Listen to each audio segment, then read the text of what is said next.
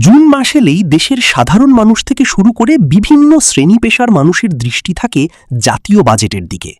আগামী বাজেটে কোন খাতে গুরুত্ব দেওয়া হবে, সাধারণ মানুষের জীবনযাত্রার মান উন্নয়নে কী ধরনের উদ্যোগ নেওয়া হবে এবং বিভিন্ন পেশাজীবীদের দীর্ঘদিনের দাবি কতটুকু প্রতিফলিত হবে, এসব নিয়ে চলে আলোচনা ও প্রত্যাশা।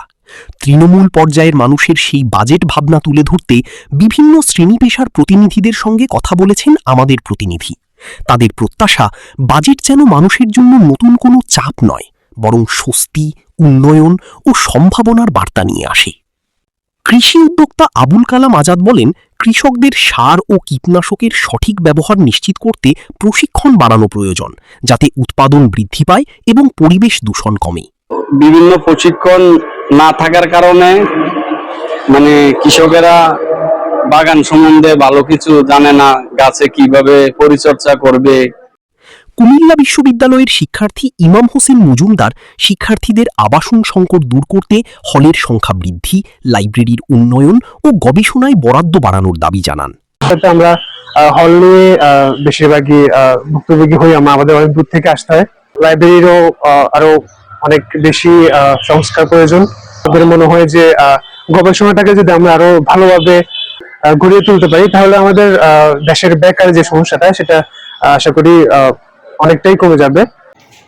সমাজকর্মী আইরিন মুক্তা অধিকারী নারীর নিরাপত্তা ও সম্মান নিশ্চিত করতে পুরুষদের সচেতনতা ও প্রশিক্ষণের উপর গুরুত্ব আরোপ করেন। সবচেয়ে বেশি প্রয়োজন আমাদের দেশের প্রতিটি পুরুষকে সচেতন করা, নারীকে যেন সম্মান করতে পারে। এই জন্য কোনো বরাদ্দর কোনো অপশন আছে কিনা বাজেটে কখনো আমি জানি না।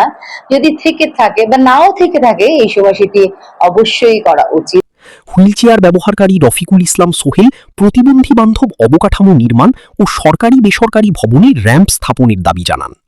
হুইলচেয়ারে চলাফেরা করি, হুইলচেয়ারে চলাফেরা করলেও আমাদের রাস্তাঘাটগুলা বা আমাদের যে অবকাঠামোগুলো আছে, বিশেষ করে আমি চাইলেই কোনো একটা মার্কেটে যাই, আমি স্বাধীনভাবে আমার মোবাইলটা রিপেয়ার করতে পারতেছি না, বা আমি কোনো একটা টি শার্ট কিনতে চাইলে সেটাও কিনতে পারতেছি না। কিন্তু আমি যদি মনে করি যে আমি একটু কফি খাইতে যাব, ঠিক আছে, হ্যাঁ, বা আমি একটু চা খাবো, আড্ডা মারবো, এই জায়গার জন্য আমি কিন্তু সেরকম উপযুক্ত কোনো ইনফ্রাস্ট্রাকচার পাচ্ছি না। তাহলে এই যে শারীরিক প্রতিবন্ধী মানুষের প্রবেশগম্যতা, এই প্রবেশগম্যতার বিষয়টা কিন্তু আমাদের যারা নীতি নির্ধারক আছেন, তাদের কাছে আমি একটা আহ্বান জানাচ্ছি যে আসলে বাজেটে যাতে এই প্রবেশগম্যতার বিষয়টাকে প্রাধান্য দেওয়া হয়। অবসরপ্রাপ্ত কর্মচারী শেখ ফরিদ দ্রব্যমূল্যের ঊর্ধ্বগতির কথা উল্লেখ করে পেনশনভোগীদের জন্য বিশেষ পেনশন স্কিম, মহার্ঘ ভাতা ও চিকিৎসা ভাতা বৃদ্ধির দাবি জানান। পেনশনভোগীদের জন্য যদি বিশেষ একটা পেনশন স্কিম চালু করে, অথবা মহার্ঘ ভাতাটা যদি একটু বাড়িয়ে দেয়, এবং সাথে যদি আমাদের যে চিকিৎসা ভাতা আছে এটা একদম নগণ্য, তাহলে আমরা যারা পেনশনভোগী তাদের সংসারটা একটু ভালোভাবে চলবে এবং ছেলে মেয়ে নিয়ে একটু ভালোভাবে চলতে পারবে। জাতীয় ইমাম সমিতির সাধারণ সম্পাদক মৌলানা মোহাম্মদ আবু হানিফ মজুমদার ইমাম মুয়াজ্জিনদের স্বল্প বেতন ও বকেয়া ভাতার সমস্যা তুলে ধরে সম্মানজনক ভাতার দাবি জানান।